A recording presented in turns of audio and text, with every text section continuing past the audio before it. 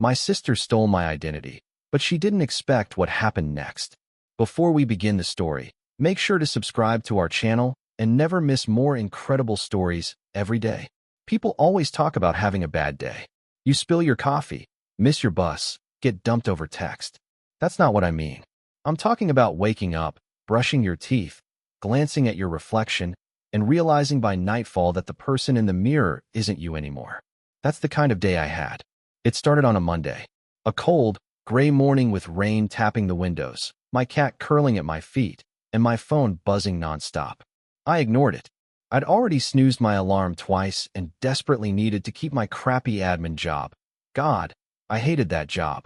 By the time I stumbled into the kitchen, my phone had racked up 8 missed calls, all from numbers I didn't recognize.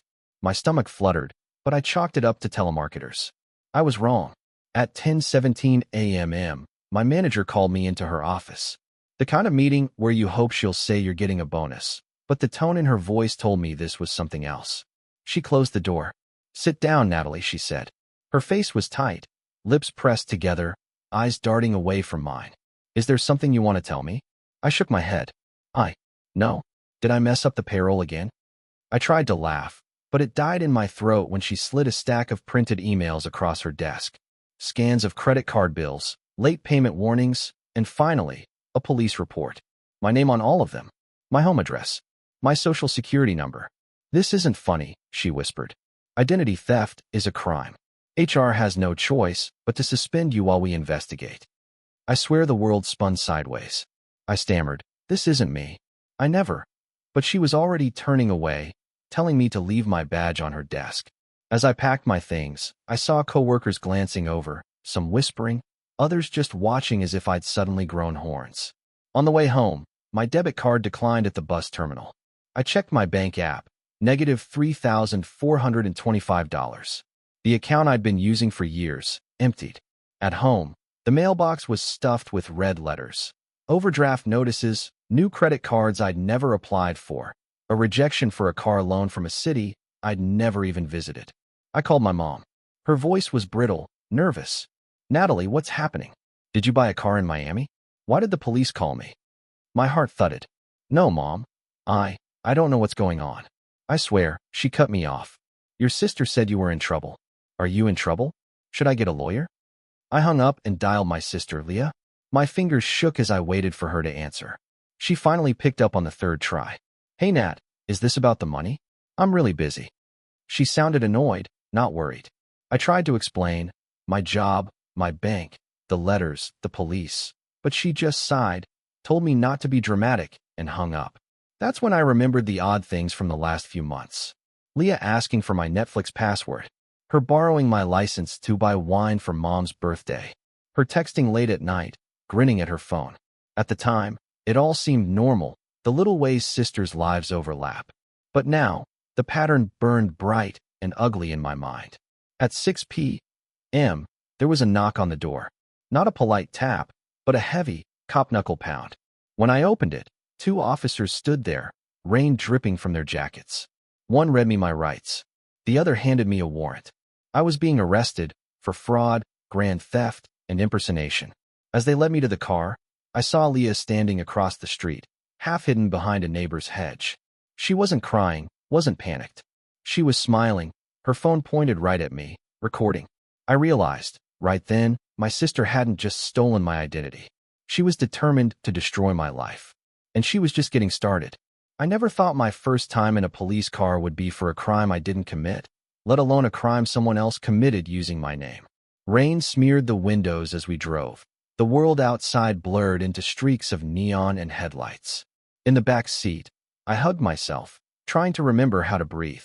The officer in the passenger seat glanced back at me, his face unreadable. "You've made quite a mess for yourself," he said. I wanted to scream that it wasn't me, but who would believe it? Processing at the station was as humiliating as you'd imagine. Fingerprints. Mugshot. A too-tight orange shirt tossed at me through the bars. One officer, a woman with tired eyes, took pity on me and let me call my mom. Mom sounded as if she'd aged a decade since that morning. "Natalie, honey, what's going on? The news says you stole $20,000.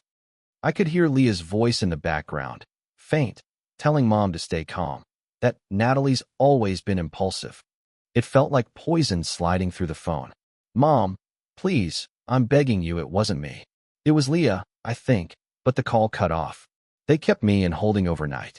The cot was thin, the air stale, and I barely slept. My mind replayed every conversation I'd ever had with Leah. Every birthday card, every inside joke. How did we end up here? I pictured her face as the door slammed, her smug smile. Why? Why me? The next morning, a lawyer showed up. Not one I'd hired. One Leah hired for me. A stranger in a sharp suit and a smug grin. You're lucky your family cares, he said, sliding a stack of forms across the metal table. Plead guilty to 1 count of fraud. You'll be out in a week. His eyes flickered. You do this, you take the fall. We sweep the rest under the rug. Understand? My hands trembled so badly I could barely hold the pen. I refused. For the first time, something inside me hardened. Tell my sister I'd rather rot in here than cover for her. His mouth twitched, disbelief, maybe, or amusement. You know, most people would take the deal. I just stared at him. He left, shaking his head. An hour later, my bail was paid. I stepped out into the sunlight, blinking like a mole, and there she was, Leah, waiting by the curb in oversized sunglasses and a designer coat. Tough night, she smirked, phone already in hand.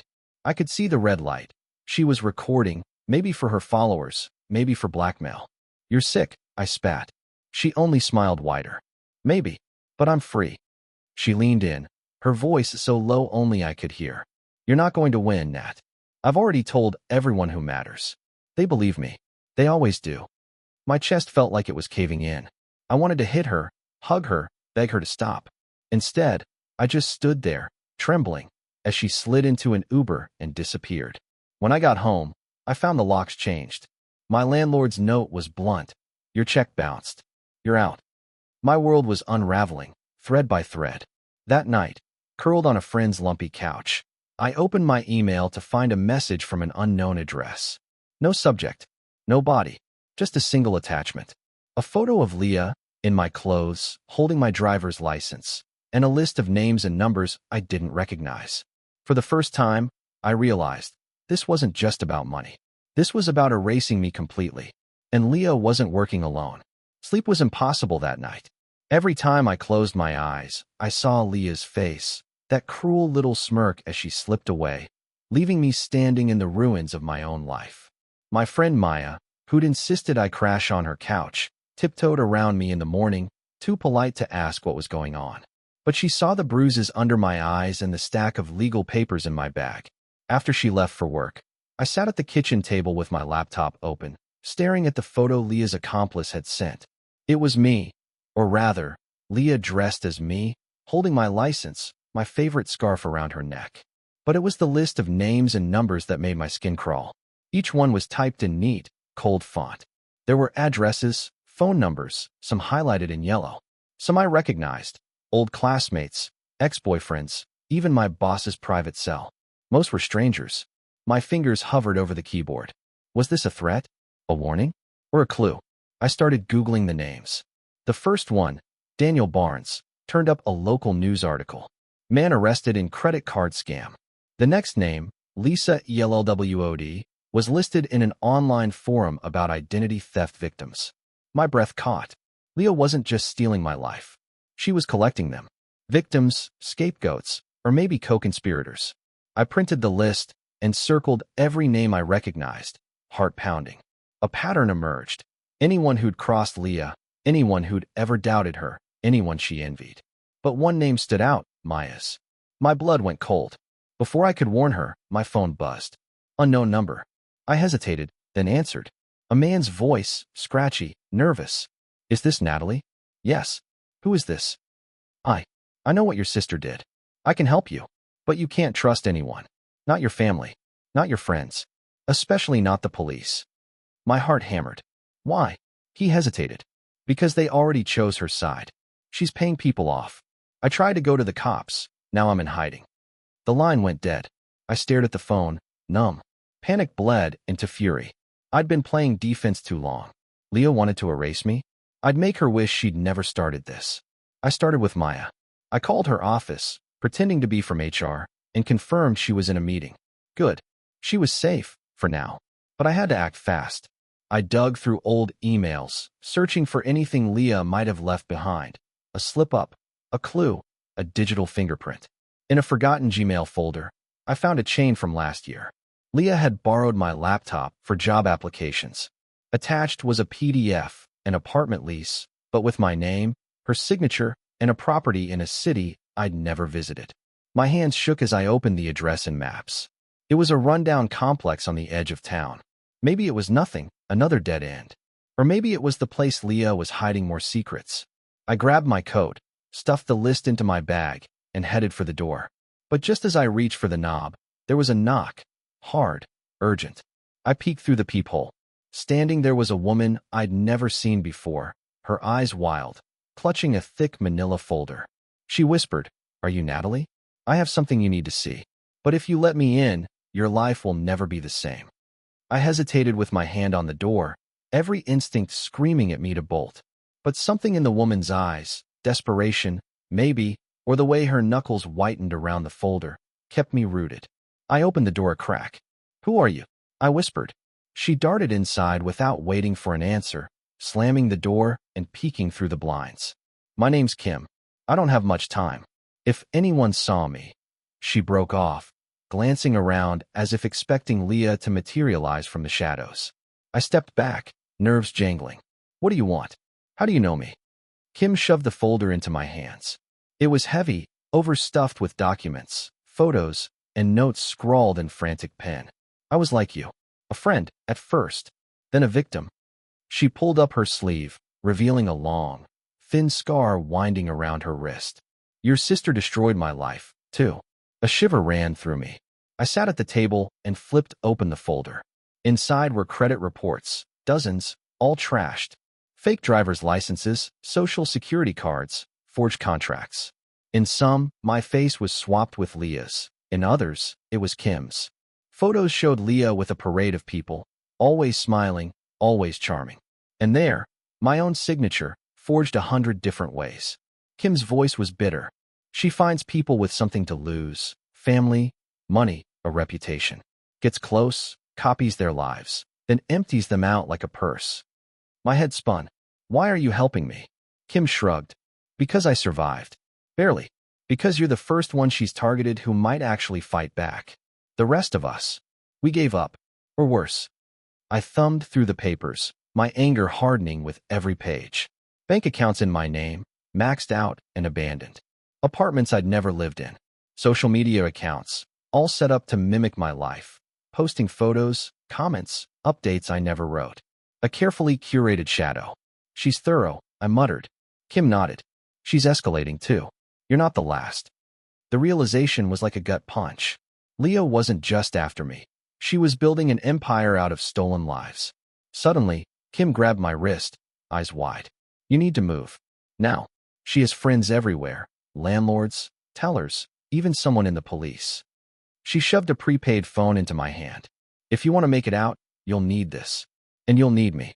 I hesitated, staring at the folder, the proof of what Leah had done, and the map of what she could do next. "Why should I trust you?"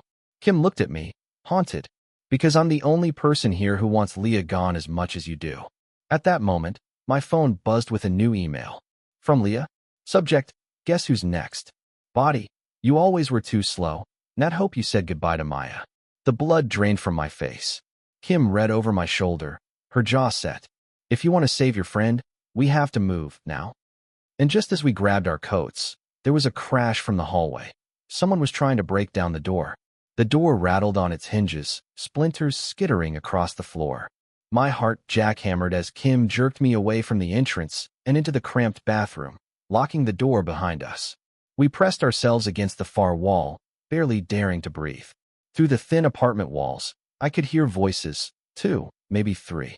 One deep and impatient, the other high and mocking. A third voice, faint, female, urgent, sent shivers down my spine. "Just grab her bag. If she's not here, we torch the place," someone snarled. Kim mouthed, "Stay quiet." My whole body trembled as footsteps stomped through the apartment, drawers ripped open, glass shattering. The place I'd called my last refuge was being dismantled in real time. Then I heard a sound that froze my blood. A ring, sharp and familiar, my old apartment keys jingling. I'd always kept a spare under a loose floorboard, a habit Leah mocked. "You're so paranoid, Nat." Apparently not paranoid enough. A heavy thud hit the bathroom door. Kim gripped my hand so tight my knuckles went numb. "We wait. Then we run," she breathed, almost silent. A minute later, the voices moved away, followed by a crash as the front door slammed. Silence settled, broken only by the quick, shallow breaths we both tried to suppress. We waited 5 minutes. 10. Then Kim nodded. "Now, go."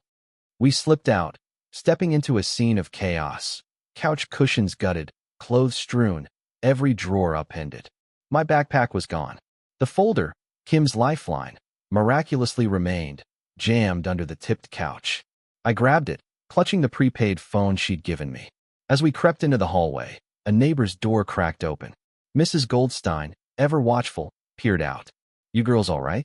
Some nasty types just came through, said they were your family." Her suspicious eyes flicked to Kim.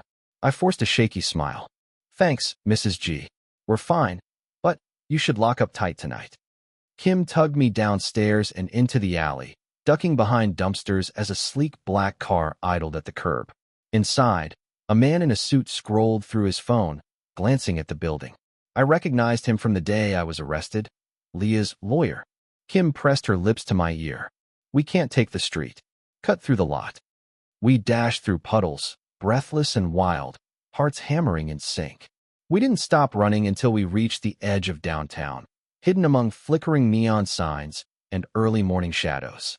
Kim led us to a battered payphone and dialed a number from memory.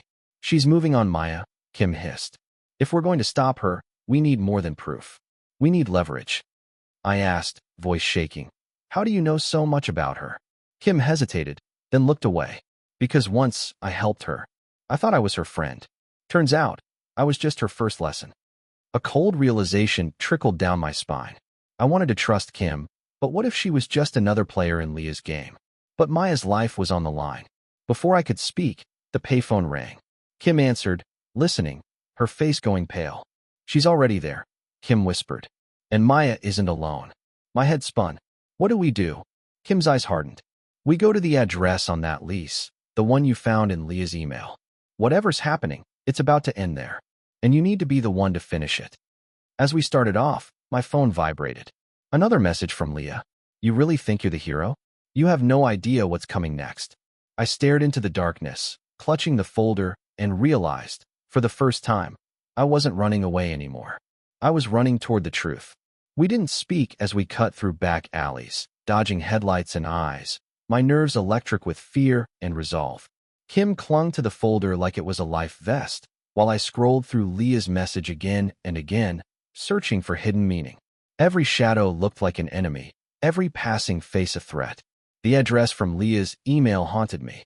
It was burned into my mind, a seedy apartment complex at the city's forgotten edge.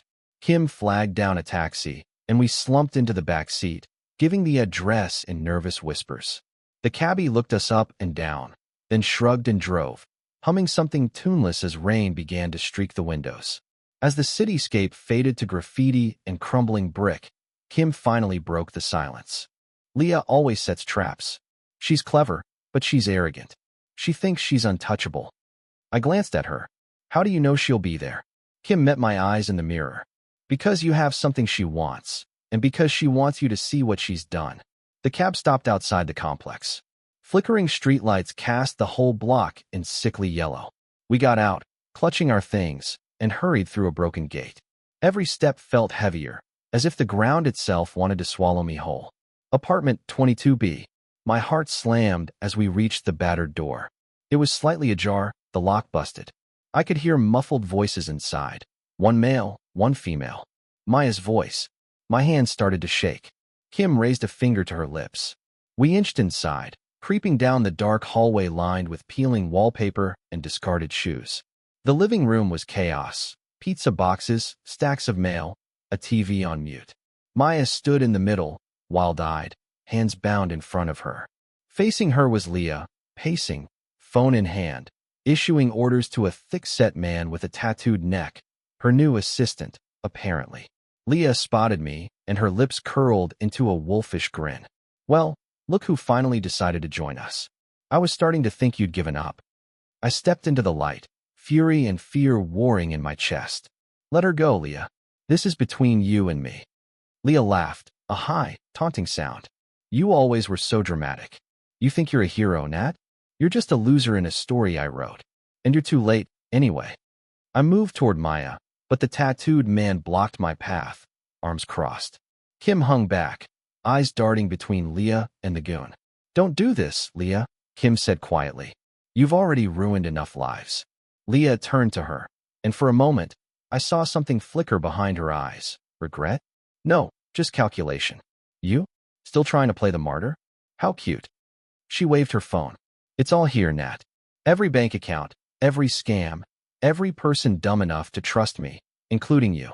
And now I get to watch you lose everything. Again. I took a shaky breath. You're wrong. I'm not alone this time.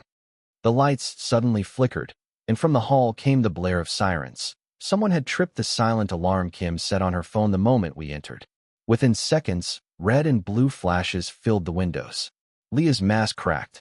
She spun on the man. Get them out now. But Kim lunged, tackling Leah to the floor. The goon hesitated, uncertain, nervous. Maya screamed for help as I darted across the room, yanking at her bindings. Leah shrieked, scrambling for her phone. I snatched the folder from Kim, waving it in front of Leah. It's over. This is everything. Your entire operation. You can't run anymore.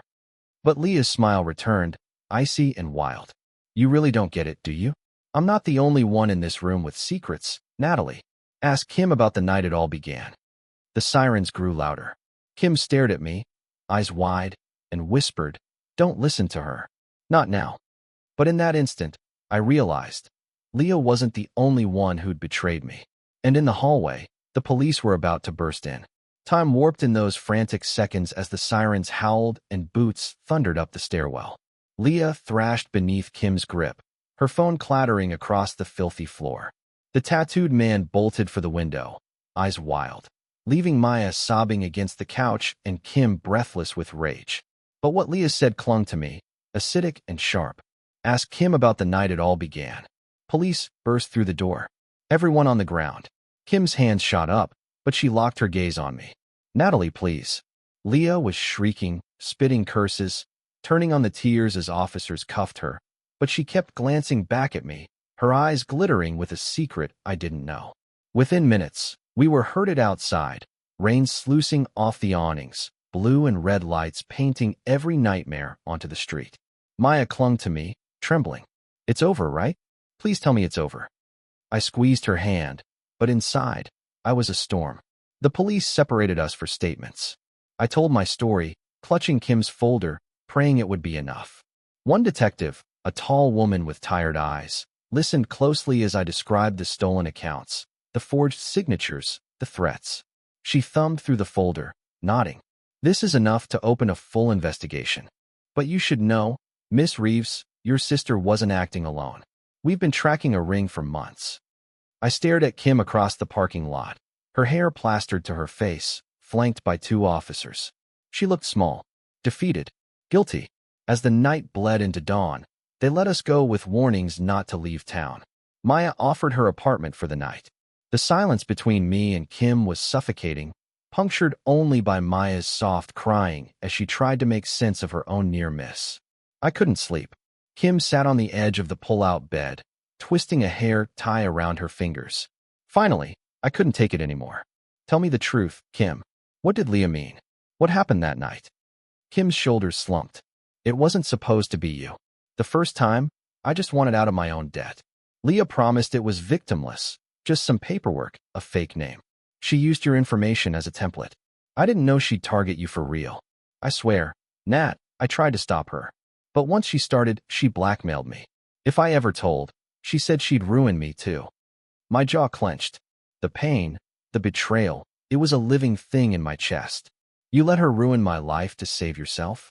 Kim nodded, eyes brimming. And I lost everything anyway. Please believe me. I'm trying to make it right. That's why I helped you. That's why I risked everything tonight. For a long time, I said nothing. The truth was messy, twisted, and it didn't heal me. But it helped me understand how deep Leah's web really ran. Suddenly, Maya's phone lit up. A news alert flashed. Arrest made in multi-state identity theft ring. Accomplices sought. And under the headline, a grainy surveillance image. Kim, standing with Leah at a bank, signing paperwork under my name. I stared at Kim.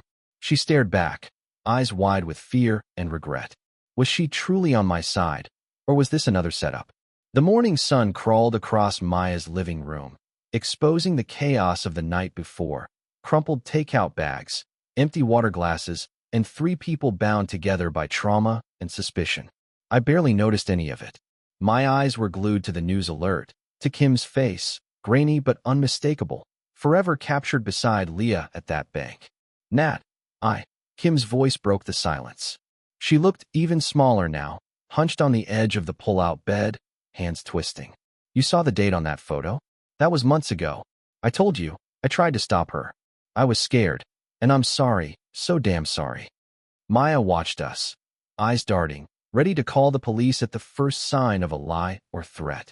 I wanted to scream, to lash out, to trust no one. But I needed answers more than rage. I took a breath, each word like glass in my throat. If you're with me, Kim, prove it. Everything. Now. She reached into her jacket and pulled out a USB drive. I took this from Leah's laptop after I realized what she'd done. It's got her emails, her contacts, bank transfers, proof. I was going to run, use it to bargain for my own deal. But after last night, I'll give you everything, Nat. Just don't let her win. We plugged it into Maya's laptop. My hands shook as I opened the folders, screenshots of fake profiles, spreadsheets of every name Leah ever used, audio files, some of them phone calls, others, shockingly, secret recordings. The more I scrolled, the more the bile rose in my throat. There were messages from people I'd trusted, old friends, a cousin, even a neighbor, helping Leah for cash or favors. Maya's eyes widened at a familiar name. That's Jen. She was at our New Year's party.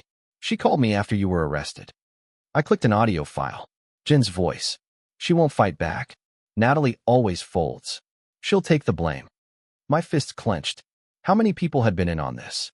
How long had I been everyone's mark? We sorted the evidence, building a digital case file as the day dragged on. Every minute, I expected a knock at the door. Cops, or, worse, Leah's remaining allies. Kim drafted a statement for the police, offering everything she had in exchange for immunity. Maya set up 3-way calls with lawyers. I kept my eyes on the messages pouring in, anonymous threats, old friends checking in, journalists sniffing for gossip. That afternoon, the detective who'd taken my statement called. We need you to come down to the station and bring the USB. Her voice was tight, cautious. We went together, Maya driving, Kim in the back seat, silent. The police station was a fortress. Officers, reporters, cameras. Inside, the detective met us in a conference room and closed the blinds. Your sister isn't talking, she said. But someone tried to post your bail. They used your name, again. My jaw clenched. Leah's reach was everywhere, like mold in the walls. The detective pointed to the evidence. This is bigger than her, Natalie. If you testify, we can take down everyone involved. But you'll be a target. Think carefully. I swallowed. The thought of more public humiliation, of facing Leah in court, made me want to run. But I saw Maya's hand slip into mine. I saw Kim, trembling, but for once, looking determined. Do it, I said, my voice raw. I'm done running. I want her to see me win. But just as the detective smiled, her phone buzzed, a text. She glanced at it, and her face drained of color. She turned the screen toward me. It was a photo. Me, sleeping at Maya's, taken just hours ago. The caption, you should have stayed scared. Now you'll lose everything. My blood ran cold. The detective scrolled through her messages, each photo more invasive. My walk to the station, Kim on the phone, Maya buying coffee at the corner shop. Someone was watching us, tracking every move, and they were close enough to reach right into our lives. Maya squeezed my hand, her voice shaking. Nat, we have to get out of here. But the detective was already on her feet, calling for a security sweep and stationing officers at every exit. This is intimidation, she said. But it means we're close. Whoever's left is getting desperate. I was ushered into a back room, away from windows, flanked by 2 officers. Kim and Maya were separated for their own safety. Alone for the first time in days, my mind churned with fear and a sick kind of adrenaline. The evidence against Leah was airtight, but her network, her rot, was still everywhere. How many people wanted me gone? How many more were waiting to finish what Leah started? An hour later, I was taken to a conference room to prepare for the arraignment. Kim was already there, pale and jittery, bouncing her knee so hard the table shook. "They're not going to let her out, right?" she whispered. I shook my head, but I wasn't so sure. She still has people, maybe even here. A knock at the door made us both jump. The detective entered, clutching a thick file. She gave Kim a long, unreadable look, then turned to me. "The trial starts tomorrow. We have your statement and the USB. But I want you both to stay somewhere safe tonight. A hotel, under police watch. Can you handle that?" I nodded. I wanted to run, to hide forever. But I needed to face Leah, to look her in the eye and show her she couldn't erase me. The next morning, the courthouse buzzed with news crews and flashing cameras. Kim and I were shepherded through a side entrance, Maya sending anxious texts from home. I could feel eyes on me, everywhere. Each hallway echoed with whispers. Every corner felt haunted.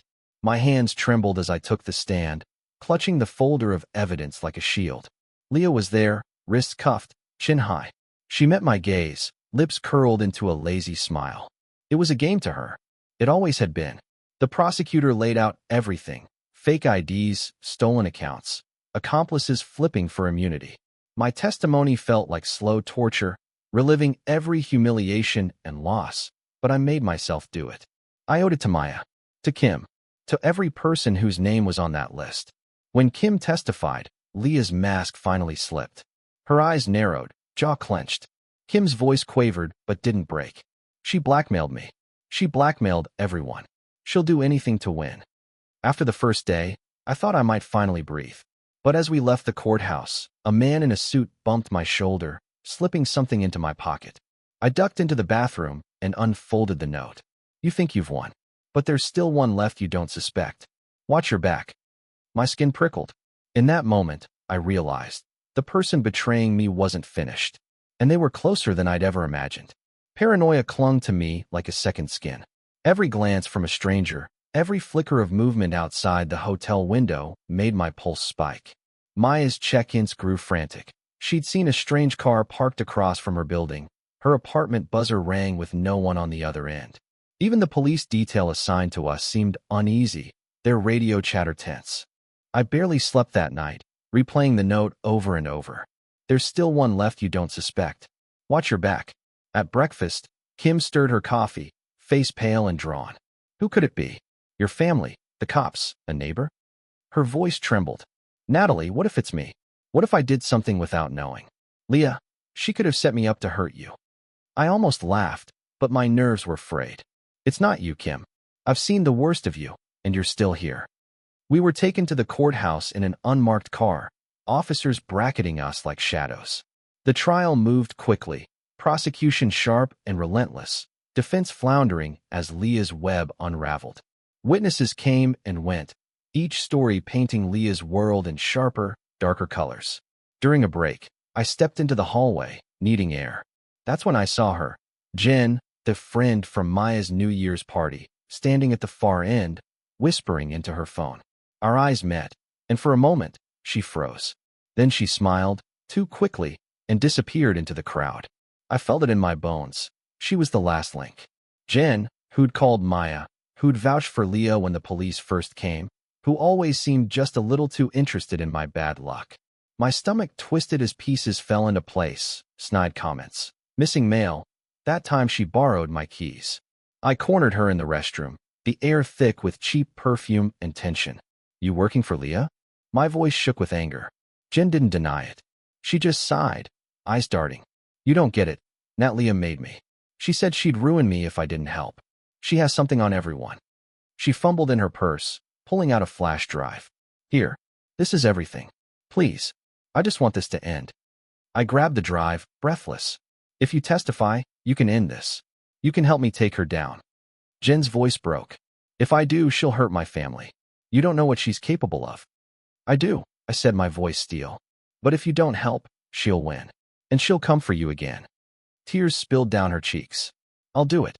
I'll testify. Back in court, Jen's statement broke the last of Leah's defense. She laid out every manipulation, every threat, every secret recording. The prosecutor's eyes glittered with victory. Leah, for the first time, looked scared. When the verdict was read, guilty on all counts, the courtroom erupted. I watched Leah's face, looking for the sister I once knew. All I saw was rage and something close to relief.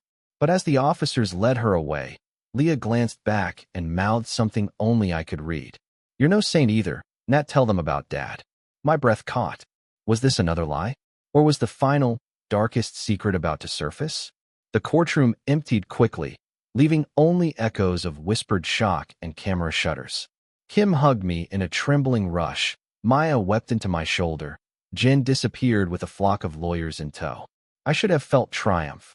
Leah was gone, the web untangled, my name restored. But her last words clung to me like a shadow. You're no saint either, Nat. Tell them about Dad. On the ride back to Maya's, the question gnawed at my insides. Maya, exhausted, kept looking at me as if searching for cracks. Kim was silent, fiddling with the flash drive Jen had handed over, combing through files for anything else Leah had hidden. That night, I dreamed of childhood, Leah and I playing tag in the garden, our father laughing from the porch. But in the dream, he turned away, face lost to shadow, Leah's laughter warping into something cruel. When I woke, it was still dark. Kim sat at the kitchen table, eyes hollow, reading from her phone. You okay? She whispered. No, I admitted, voice raw. I don't know if I ever will be. Kim didn't push. She just handed me her phone.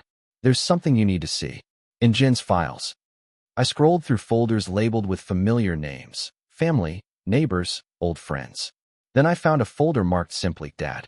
Inside were scanned letters, old emails, even a news clipping. My stomach dropped. The article was dated years ago. Local bank manager questioned in embezzlement case. No charges filed. The photo was of my father, looking haunted, Leah clinging to his arm, me standing off to the side, forgotten. The emails told the story. Dad's desperate attempts to cover debts, pleas to our mother for forgiveness, secret payments funneled into Leah's first bank account. Suddenly, everything fit. Leah's early taste for secrets, her comfort with deception, her practiced lies. Our father wasn't innocent. He'd taught her how to hide, how to survive by any means. I sat in silence, guilt and anger wrestling inside me. My mind spun with memories I'd buried for years. Dad's sleepless nights, Leah's sudden shopping sprees, the way Mom always flinched at the mail. Kim watched me, gentle but insistent. You're not responsible for them, Nat. Not your dad. Not Leah. What they did doesn't make you dirty. But I wasn't sure. The truth was, I'd known something was wrong. I'd looked the other way. I'd lied to myself for years. And now Leah's last weapon was out in the open, a secret with the power to ruin me all over again. I had a choice. Bury the past like everyone else, or come clean, risking the fragile peace I'd earned. Suddenly, my phone buzzed. An anonymous number. The message was just 2 words. Your turn. I stared at the screen, heart pounding. The fight was over. Or so I thought. I sat frozen, the phone heavy in my palm. Your turn. Was it a threat? A challenge? Or just the universe's cruel reminder that no one walks away unscathed? My mind cycled through every memory. Dad's warnings, Leah's slippery smiles, the half-truths I'd chosen to believe because they were easier than the real thing. The next morning, Maya found me on the balcony, staring into the city haze. You don't have to do anything, Nat, she said quietly, bringing me coffee. You're not your father. You're not Leah. But as sunlight crept up the skyline, I realized I couldn't move forward carrying their secrets. I'd watched Leah destroy people by controlling the truth. I couldn't let her last message become another weapon. That day, I called the detective who'd helped unravel Leah's crimes. There's something I need to add to my statement. Something about my father, and about what I knew. Her silence was heavy, but then she thanked me for my honesty. She promised to review the old files. For the first time, I felt lighter, even as fear pressed close. Word spread fast. The local paper ran a follow-up. Victim in high-profile identity theft case speaks out on family scandal. Some called me brave. Some, a traitor. Anonymous emails came, some threats, some sympathy, some just the digital flotsam of people hungry for a new scandal. Maya shielded me as best she could, while Kim disappeared into her own quiet life, her own recovery. We spoke rarely after that, our friendship scarred but real.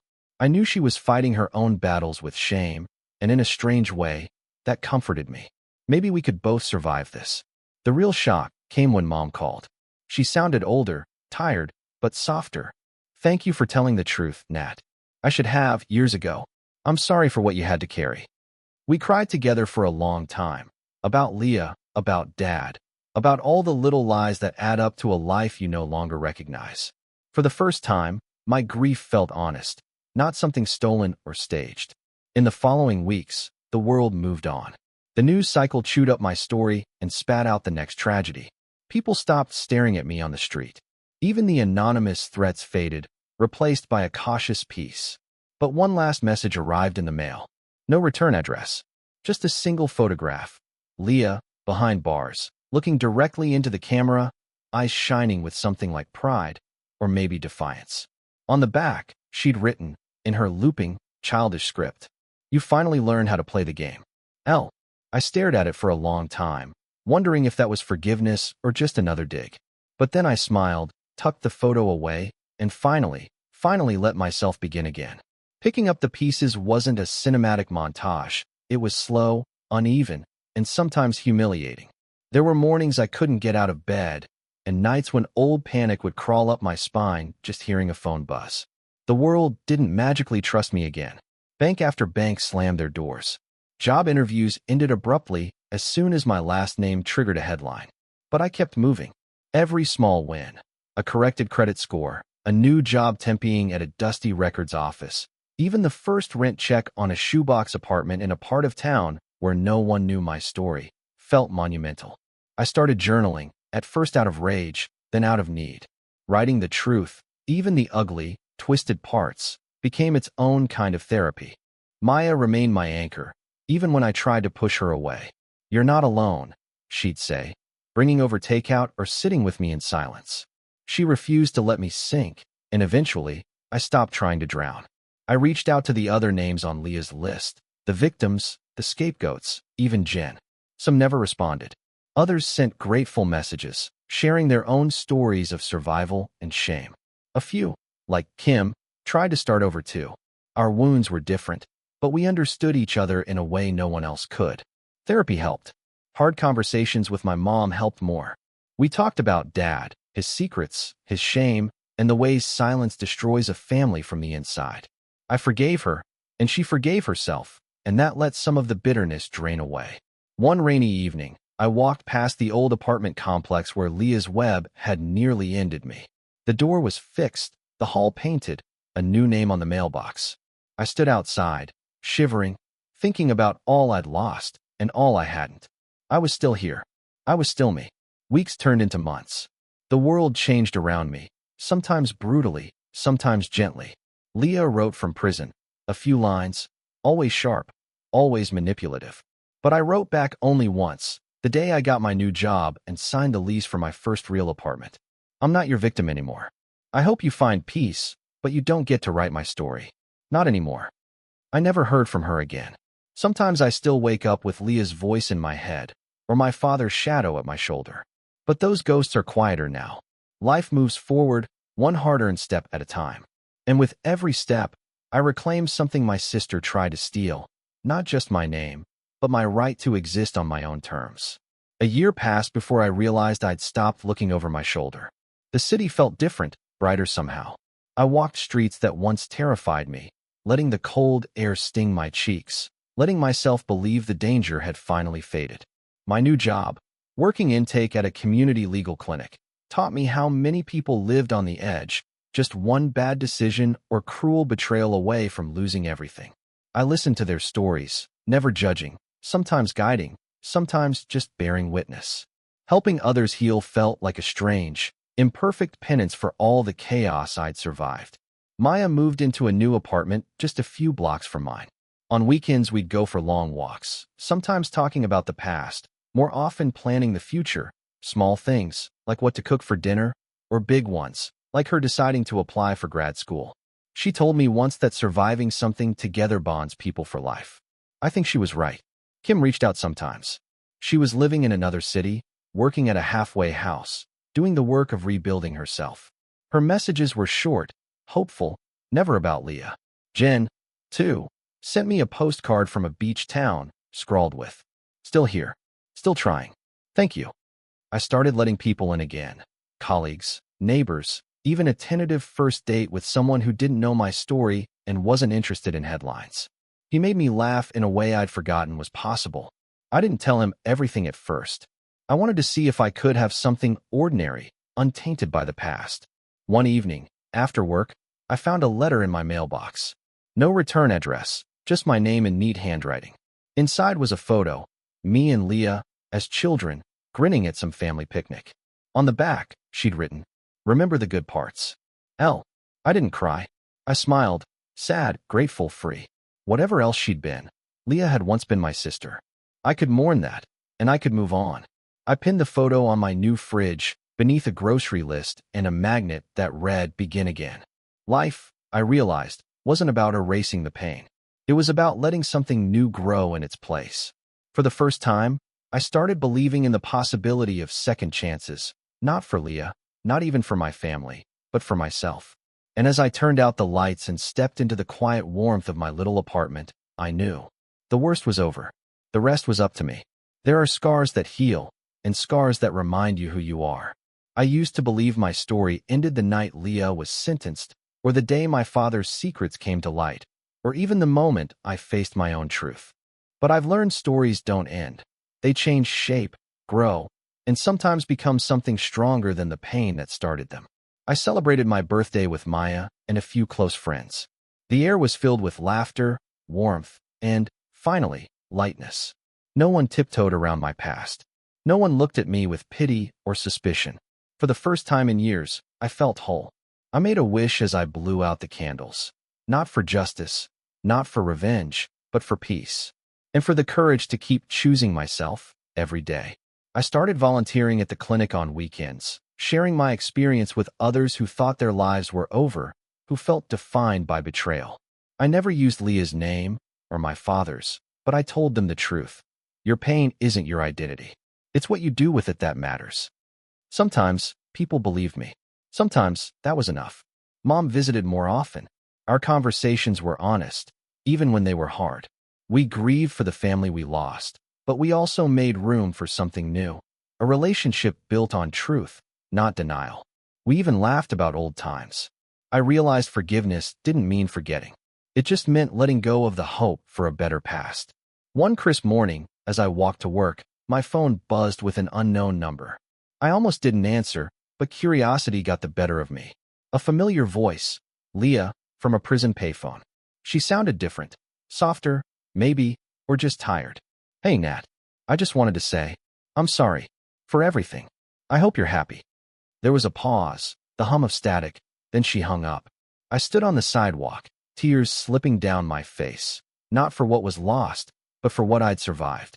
I whispered goodbye, not to Leah, but to the part of me that thought my life was over. I walked on, the city alive with possibility.